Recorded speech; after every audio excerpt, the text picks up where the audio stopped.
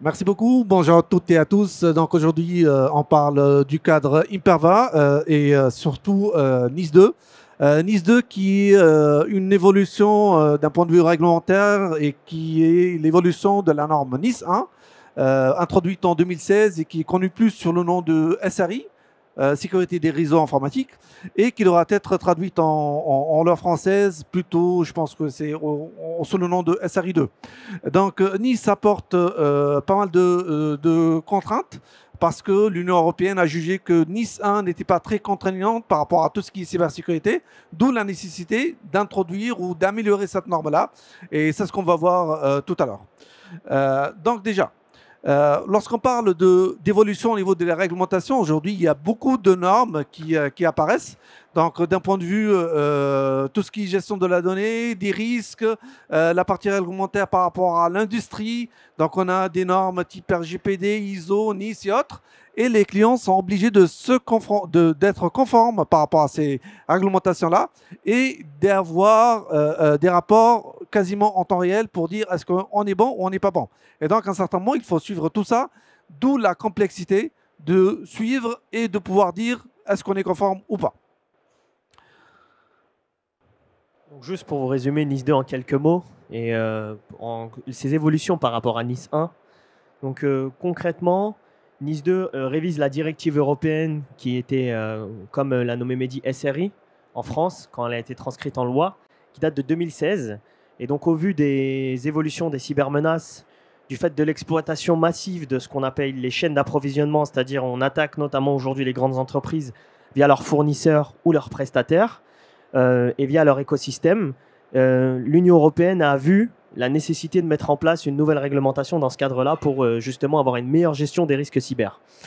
L'objectif justement de Nice 2, c'est de faire en sorte d'accompagner, d'améliorer les capacités aussi en cybersécurité des réseaux et des systèmes et de mettre en place aussi un meilleur échange d'informations entre les différents CSIRT et les différents SOC qui constituent les grandes entreprises, les entreprises de taille moyenne, parce que c'est eux qui sont concernés principalement par la réglementation, et aussi améliorer la collaboration européenne pour faire en sorte que les différentes agences partagent les pratiques les plus modernes en termes de cybersécurité et font en sorte qu'elles soient appliquées. Donc la norme NIS 2 a pour objectif de couvrir beaucoup plus d'industries que SRI 1 ou NIS 1. On vous présentera, on va dire, les évolutions en termes d'industrie. Donc on passe à l'époque à 9 secteurs d'activité à plus de 16 secteurs d'activité qui sont concernés. Donc c'est une vraie révolution, plus qu'une évolution, puisqu'il y a des entreprises qui n'étaient pas concernées par la régulation NIS 1 qui seront concernées par NIS 2.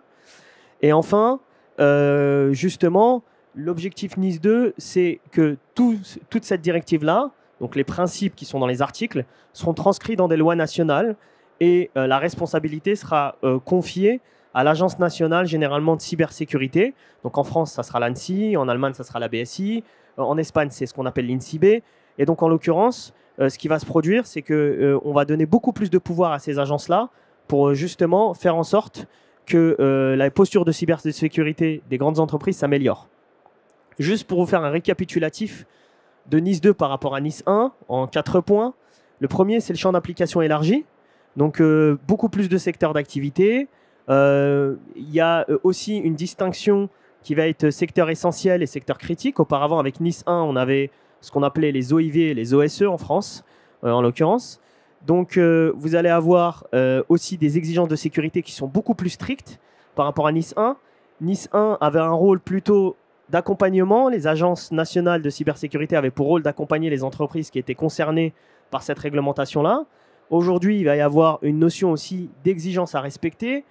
Il y a aussi une notion d'enforcement, c'est-à-dire d'amende réglementaire potentielle si on ne respecte pas les exigences qui sont mises en place par NIS 2. Et ça, je vous présenterai ça plus en détail. Et donc, vous avez aussi ça constitue réellement une révolution.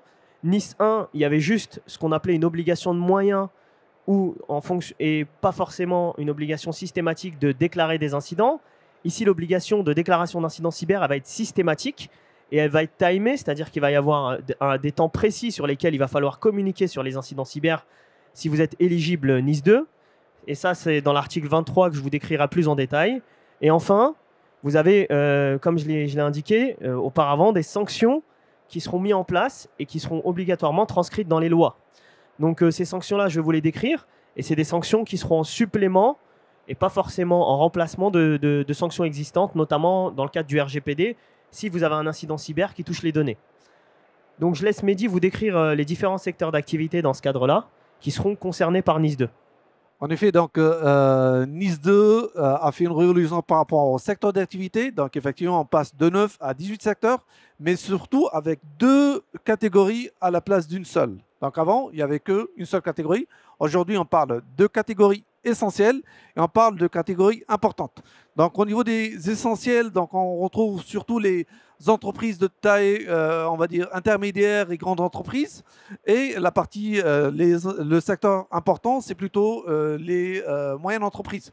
Et donc là, vous reconnaîtrez pas mal de secteurs d'activité, le traitement des déchets, les eaux, et tout ce qui engendre, c'est tout ce qui a été rajouté ou modifié par rapport à NIS 1. Donc, ce qui est important, c'est que pour ces secteurs-là, après, il y a pas uniquement le respect de la réglementation, mais aussi il y a tout ce qui est restriction qui va avec. Mohamed détaillera après au niveau des sanctions qui sont apportées par chacun des secteurs ou par chaque catégorie. Quelque chose que je n'ai pas dit avant, c'est que l'application de NIS 1, la vraie application, entrera en vigueur à partir de 2025. La traduction en loi française, c'est en octobre 2024 et c'est à partir de 2025 qu'on aura la liste détaillée des secteurs d'activité et des entreprises qui sont impactées par ces réglementations-là, par cette réglementation et par les sanctions qui vont avec. Donc Mohamed, si tu peux nous détailler les sanctions. Bien sûr. Donc ça, c'est une vraie révolution par rapport à NIS 1. Par rapport à NIS 1, NIS 1 n'avait pas du tout de sanctions. Ça avait juste une notion d'accompagnement et de prise de fonction en cas de crise durant une période donnée. Par exemple, vous aviez une crise cyber dans un OIV, l'ANSSI pouvait prendre le contrôle du service et les accompagner durant cette crise cyber. Aujourd'hui, si dans le cadre de NIS 2, si les exigences réglementaires ne sont pas respectées, vous allez avoir plusieurs types de sanctions pour les entités essentielles. Donc vous avez des amendes qui peuvent aller jusqu'à 10 millions d'euros ou jusqu'à 2% du chiffre d'affaires annuel mondial d'une entreprise. Voilà, donc, et l'autre chose, c'est au niveau de la supervision, c'est écrit un peu petit, mais je vais vous décrire ce qu'il en est. La réalité, c'est qu'aujourd'hui, si à plusieurs reprises une entreprise essentielle ne respecte pas les exigences réglementaires de NIS 2, il est écrit dans la loi que potentiellement le RSSI peut perdre son poste, et donc, ou même quelqu'un qui fait partie du comité exécutif peut être tenu responsable et perdre son poste et être remplacé par quelqu'un de l'Agence nationale de cybersécurité pour remplir les fonctions durant une cybercrise. Donc il y a une notion de gouvernance, ça donne du pouvoir justement à l'Agence nationale si on observe à plusieurs reprises que les conseils et les exigences réglementaires n'ont pas été respectés, que cela a produit des incidents qui ont mis en péril l'organisation à plusieurs reprises. Au niveau des entités importantes, il y a des modifications, des amendes qui s'élèvent à 7 millions ou 1,4% du chiffre d'affaires. Si vous connaissez bien la RGPD, vous faites le lien, c'est exactement le même baromètre qui est utilisé pour le RGPD. Mais ce n'est pas du remplacement. Je vous donne un exemple. Une grande entreprise comme une entité essentielle a un accident sur ses données et la CNIL, par exemple, observe que les exigences en termes de protection des données n'ont pas du tout été respectées. Ce qui peut se produire, c'est qu'elle peut à la fois avoir une amende pour la partie NIS 2 et à la fois une amende pour la partie RGPD. Donc, c'est des choses qui produisent des vraies modifications en termes de gouvernance. Et pour les entités importantes, il n'y aura pas de prise de contrôle, mais il y aura une exigence à ce que des mesures soient appliquées. Je vous donne un exemple. Il y a eu un incident cyber, il n'y avait pas d'EDR, par exemple. Il est possible que l'agence nationale exige que l'entreprise mette en place un EDR au plus vite sur une période donnée. Donc, je vais laisser maintenant décrire l'article 21, qui est un article fondateur de NIS 2. Concrètement, si vous devez retenir NIS 2, et si a posteriori de cette conférence, ce que je vous conseille, c'est, vous avez 5 articles à lire et vous comprendrez NIS 2. L'article 32, 33, 34 que je vous mentionne, l'article 21 qu'on va vous mentionner, et l'article 23. Et ça vous permettra de comprendre bien ce qu'il en est de NIS 2 dans tous ses détails. Donc maintenant, on va vous parler des exigences réglementaires qui sont mentionnées et le champ d'application qui est concerné par ces exigences réglementaires dans l'article 21. Juste au cas où la question se pose, quand est-ce que ces contraintes ou on va dire, ces amendes les sanctions seront mises en place. Aujourd'hui, tant que ce n'est pas encore transcrit en loi, on n'a pas encore de détails. Donc, on présume qu'on passera certainement par une phase pédagogique, justement là où des incidents sont reportés, et on est là sur plus de la pédagogie pour essayer à ce que le client se mette en norme. Mais après ça, ça va bouger rapidement, et c'est rapide, donc il faudra commencer à se préparer dès maintenant. Donc, au niveau de tout ce qui est champ d'application, donc aujourd'hui, il y a différentes mesures. Donc, ça concerne la partie analyse de risque, la gestion de la donnée, la partie sécurité de la supply chain. Et lorsqu'on parle de supply chain, c'est tout ce qui est chaîne d'approvisionnement. Donc, on parle des prestataires, on parle des partenaires, on parle des clients. Et à ce moment-là, tout le monde doit être conforme à la réglementation. S'il y a un trou dans la chaîne, donc là, c'est pas bon. Pareil, là-dessus, au niveau de tout ce qui est détail, on ne les a pas encore. On ne sait pas. Tout dépendra de la catégorie des partenaires qui sont intervenants au niveau de la chaîne. Donc après, tout ça sera détaillé plus tard au niveau de la loi. Donc il ne faut pas oublier la partie sécurité réseau, qui fait partie aussi du champ d'application. Mais également, on est sur du chiffrement, on est sur de l'authentification multifacteur. Et vous le remarquez que dans les 8 secteurs, pratiquement on est essentiellement sur du process, de la gestion, mais il y a 2 secteurs qui sont cités d'un point de vue technologique. Il y a la partie chiffrement et il y a la partie authentification. Et là-dessus, avec Thales et Imperva, on est capable de répondre d'un point de vue technologique à ces 2 points-là, contrairement aux autres qui sont plus généralistes. Juste pourquoi on va vous parler de la protection des applications et des données et en quoi elle peut vous aider dans le cadre de la conformité à NIS 2. Tout ce qu'on a mentionné, notamment dans le cadre de l'article 21, c'est la réduction du risque principalement qui est demandée, qui sont une évolution par rapport à SRI 1, et aussi la sécurisation de la chaîne d'approvisionnement. Aujourd'hui, si vous avez vu les différentes fuites de données qu'on a malheureusement expérimentées, je pense, elles sont toutes liées à un prestataire ou à un fournisseur. Et elles ne sont pas forcément liées à l'entreprise en soi. L'entreprise en soi a forcément très bien sécurisé son infrastructure. On ne remet pas en cause ça, mais le problème, c'est souvent la chaîne d'approvisionnement. Et dans la chaîne d'approvisionnement, vous avez souvent des interfaces de communication, qui sont les API et les applications, et vous avez des données qui transitent. Et dans ce cadre-là, souvent, quand on pose la question « combien de postes vous avez, combien de nœuds réseau vous avez ?», vous savez très vite y répondre. Mais quand on vous demande combien d'endpoint API vous avez, combien d'API vous avez, public ou privé, combien de données vous savez, combien de données sensibles vous avez, généralement, vous ne savez pas y répondre. Nous ne savons pas y répondre. Et c'est justement pour ça, avec la modernisation, avec le fait qu'on va vers le cloud de manière naturelle, il y a de plus en plus d'API, il y a de plus en plus de données, et c'est aujourd'hui les plus grands angles morts. Et ces angles morts-là, dans le cadre des attaques supply chain, elles vont être de plus en plus exploitées. Et c'est pour ça qu'il y a une nécessité pour se conformer à NIS 2, de sécuriser aussi ces aspects-là. Au-delà des aspects classiques qui sont aujourd'hui le cloud, les infrastructures, le réseau. Donc juste pour vous décrire aujourd'hui le champ d'application de NIS 2, d'autant plus que vous allez être confronté, dans le cadre de l'article 23, à vraiment un vrai changement en termes de déclaration d'incident. C'est le fait que le délai a été raccourci. Pour le RGPD, pour les fuites de données, le délai il est de 62 heures pour la notification. Et après, vous avez généralement un temps assez long pour pouvoir expliquer ce qui se produit. Par contre, avec NIS 2, le délai pour un incident cyber impactant, il est de 24 heures. Donc vous devez, dans les 24 heures, notifier l'agence nationale. Dans les 72 heures, vous devez déjà avoir un premier niveau de visibilité et commencer à démontrer que vous savez expliquer, que vous mettez en place les actions nécessaires pour expliquer ce qui se produit sur votre parc informatique ou sur votre cloud ou sur vos données. Et dans un délai d'1 mois, vous devez expliquer tout le détail de l'incident en passant par les impacts transfrontaliers. Excusez-moi. Et dans ce cadre-là, par exemple, si vous êtes une entreprise internationale, vous avez un accident en Allemagne, potentiellement, ça a un impact sur des données françaises. Et ça, il va falloir pouvoir l'expliquer aussi. Donc, c'est une masse de travail qui est énormissime. Je ne pense pas qu'ils vont mettre en place des amendes réglementaires sur ça, parce qu'aujourd'hui, juste pour les fuites de données, je vous donne un exemple, il faut 277 jours pour identifier et contenir une fuite de données. Juste pour contenir une fuite de données, il faut en moyenne 60 jours pour des entreprises qui sont matures en termes de sécurité. Donc le challenge, il est énorme. Et le fait de respecter ces délais aujourd'hui, c'est presque irréalisable. Il va falloir employer massivement de l'intelligence artificielle, bien évidemment, pour mettre en place la corrélation, comprendre les logs, les parser d'une certaine manière afin d'avoir une vraie visibilité sur ce qui s'est produit. Mais en plus de ça, le volume de données, comme je vous l'ai expliqué précédemment, va exploser. Et donc, ça crée une grosse problématique. Et pour les applications, ça sera le même constat. Et je laisse Mehdi en parler un peu plus.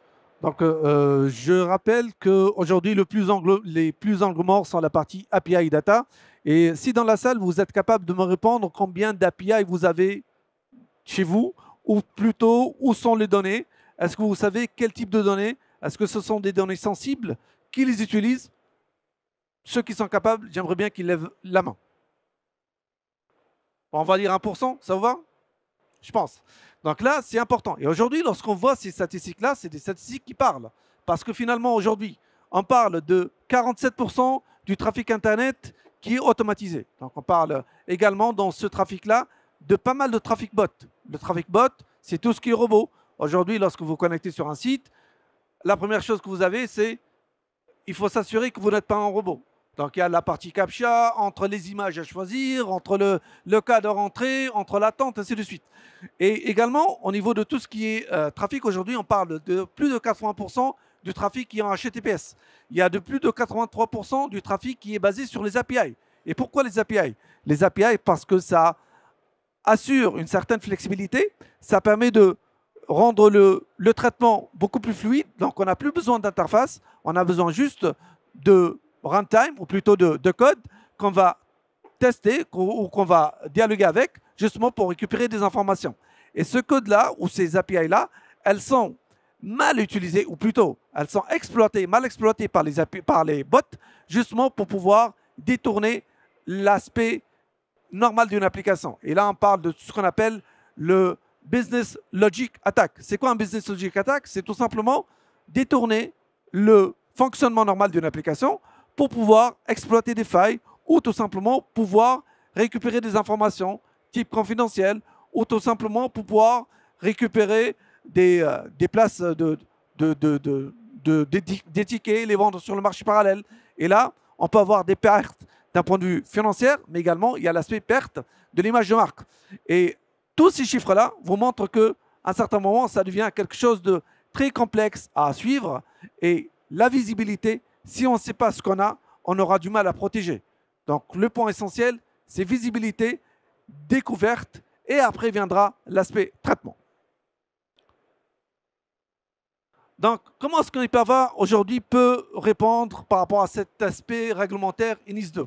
Donc, Mohamed a déjà cité tout à l'heure l'aspect, on va dire, article par rapport à NIS 2 et la data. Au niveau de la partie API, on a deux points importants. Donc, certes, ce ne sont pas des obligations derrière lesquelles il y a des sanctions, mais ça permet de mieux d'être conforme à NIS, mais aussi de mieux se protéger contre les attaques. Donc là, on parle du premier point 44, qui est identifier les actifs connectés par rapport à Internet pour éviter les risques. Identifier, c'est visibilité toujours. C'est le fait de revenir, qu'est-ce qu'on a, où se trouve. Le deuxième article, c'est la sécurisation des applications et des données relatives. Et donc, on utilise les Cloud WAP. Les WAP, c'est les Web Application and API Protection. Donc, c'est la partie API sécurité aussi. Donc, ce sont deux points qui sont essentiels.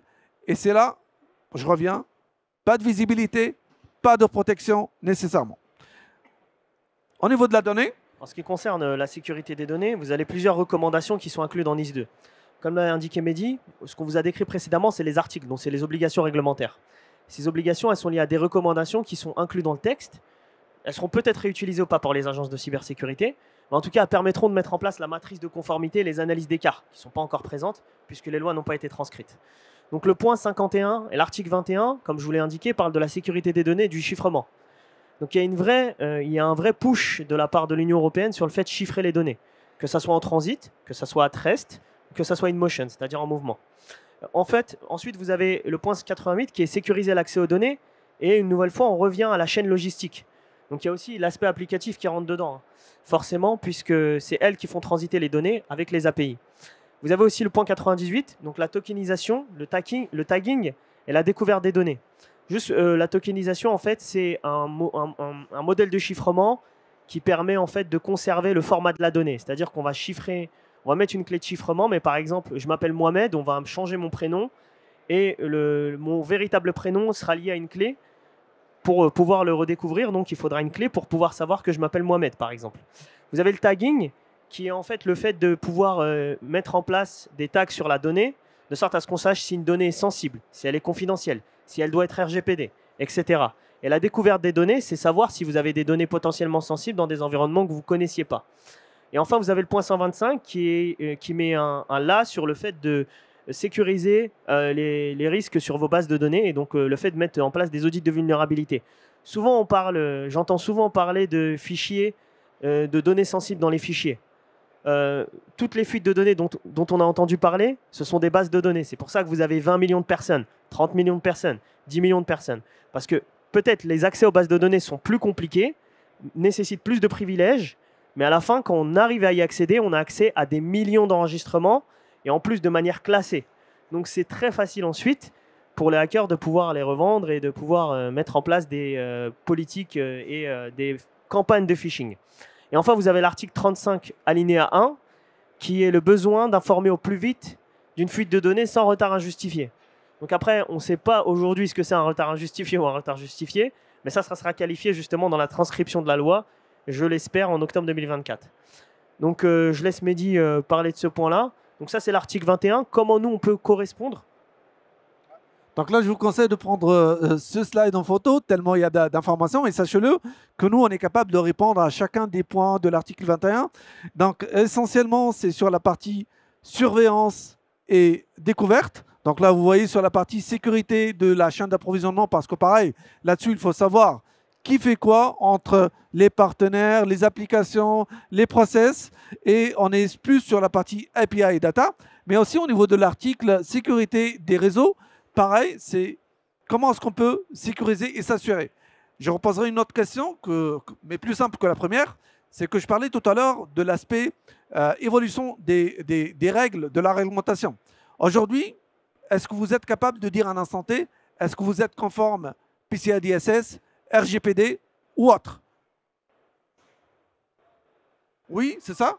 Tout le monde le sait? Tout le monde peut le faire? Et est-ce que c'est manuel ou automatique? Manuel? Ça prend un peu de temps, non? Ah ben voilà, c'est pour ça qu'il faut avoir des outils bien adaptés. Autrement, on est capable de répondre à un instant T, mais il va falloir des ressources, il va falloir des moyens financiers. Et le temps d'avoir le rapport et de pouvoir dire oui, on est conforme, entre-temps, la réglementation pourra changer, ou plutôt l'état de lieu aurait changé entre-temps. Parce que les informations, la data a bougé, la data a évolué entre-temps, et donc si on n'est pas équipé, on aura du mal à le faire.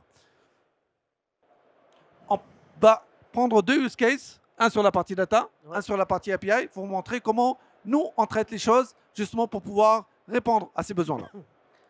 Donc, tout l'enjeu se trouve autour de l'automatisation et l'industrialisation de la mise en place des signalements, notamment d'incidents. Donc nous, on ne répond pas sur les aspects infrastructure, etc. On répond sur deux aspects, les applications et la donnée. On est très précis.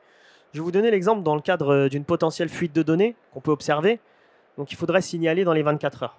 Aujourd'hui, nous, on a la capacité de pouvoir identifier une commande. Donc ici, c'est du langage SQL. Hein. Donc voilà, on est capable d'identifier une requête typique, de pouvoir comprendre en quoi elle s'avère inhabituelle parce qu'on compare des comportements entre les accès applicatifs, les accès des API et les accès des DBA et des développeurs sur les bases de données. On va faire bientôt la même chose sur les fichiers. Donc, on sera capable de le faire sur tout le volant de données, que ce soit les données structurées, semi-structurées et les fichiers. Et dans ce cadre-là, la troisième étape, on est capable justement d'identifier les comportements. Juste en quoi c'est intéressant? En moyenne, comme je vous ai dit, il faut 60 jours pour contenir une fuite de données, 200 jours pour l'identifier. Pour la simple et bonne raison qu'aujourd'hui, vous n'avez pas des experts sécurité et SQL à la fois. Il y a plus d'une cinquantaine de langages SQL et non SQL.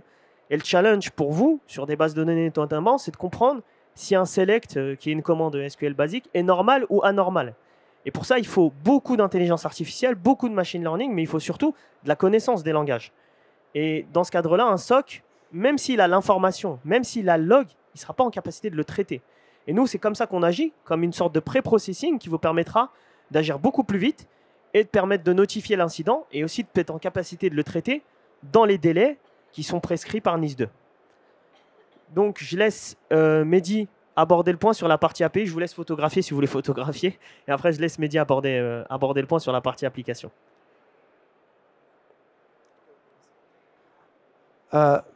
Sachez-le, chez Imperva, nous avons créé notre propre framework pour justement réduire les risques liés à la partie API. Tout commence par la partie découverte. Découverte, visibilité. Donc, on va chercher de manière automatique tous les API, les endpoints API qui sont existants chez vous, dans votre infrastructure. Après, on va vérifier, tester et vérifier tout ce qui est validité, intégrité des API. Est-ce qu'il y a un problème ou pas? La troisième partie consiste à détecter les anomalies et finalement, c'est pouvoir les corriger.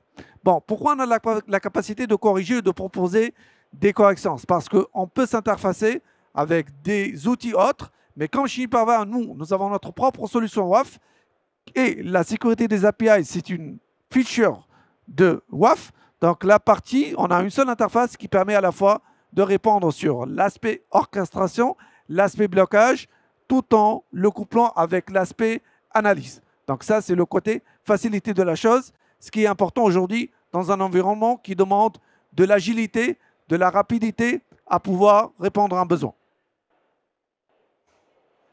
Voici une liste de quelques recommandations qui sont liées à NIS2, donc à l'article 21 que je vous ai exposé. Comme je vous ai dit, si vous deviez lire 5 articles, vous lisez juste l'article 21, 23, les articles 32, 33, 34, vous comprenez NIS2. Tous les autres articles sont liés à la collaboration européenne, aux responsabilités des agences, aux différents échanges d'informations entre les CSIRT et les SOC. Donc beaucoup d'organisations ne sont pas liées par rapport à ces articles-là. C'est pour ça qu'on ne les a pas abordés.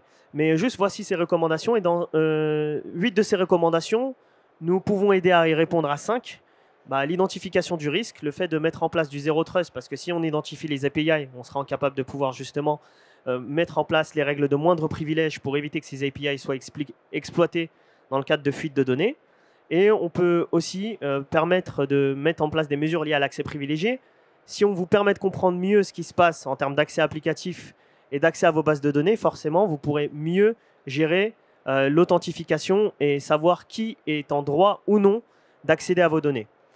Donc, comment nous, Imperva, on peut vous aider à sécuriser les données de manière générale. Donc, on fait de la découverte, de la classification. On permet de mettre en place un scoring de risque dynamique, et ça, c'est important, dynamique et corrigeable et mesurable sur vos données. On est capable de comprendre les modèles d'accès, comme je vous l'ai décrit avec l'exemple anormaux, et comprendre une commande qui peut être tout à fait banale si elle est problématique ou non. Et on peut mettre en place la sécurisation, notamment des données dans le cloud aussi, que ce soit de la base de données as a services ou que ce soit du IaaS ou du PaaS, peu importe. Et on s'assure aussi que les données soient conformes où qu'elles se trouvent. Puisqu'on est sur la donnée en soi, on est en capacité de délivrer n'importe quel rapport de conformité et de l'adapter par rapport à n'importe quelle contrainte réglementaire que vous aurez. Et ça, c'est un grand avantage. Beaucoup de clients nous utilisent, parfois même pour des audits financiers, savoir quelle personne a accédé à quelles données financières. Donc c'est pour vous dire jusqu'où on peut aller en termes de sécurisation et visibilité sur les données. Donc je vais passer le cas d'usage parce qu'il nous reste 2 minutes et j'aimerais vous laisser un peu de temps pour les questions si vous en avez. Voilà, je laisse Mehdi. Donc de la même manière, par rapport à tout ce qui est API aujourd'hui, ce qu'on peut faire, c'est on accélère tout ce qui est performance au niveau des applications. Donc on fait de la détection, on fait de la correction, on fait de la protection contre la business logic attack, on fait de la protection 360 degrés. Et pareil, je voulais juste prendre le témoignage d'un de nos clients qui, lui, grâce à Imperva, aujourd'hui, il se trouve capable de répondre de manière assez automatique, assez rapide à tout ce qui est risque et problématique au niveau de tout ce qui est sécurité. Je ne sais pas si vous avez des questions, donc on est là pour répondre. Et n'hésitez pas à passer nous voir, on est à l'aise. Béance, vous avez nos coordonnées, donc on peut vous faire une démo aussi. Donc on est là pour vous.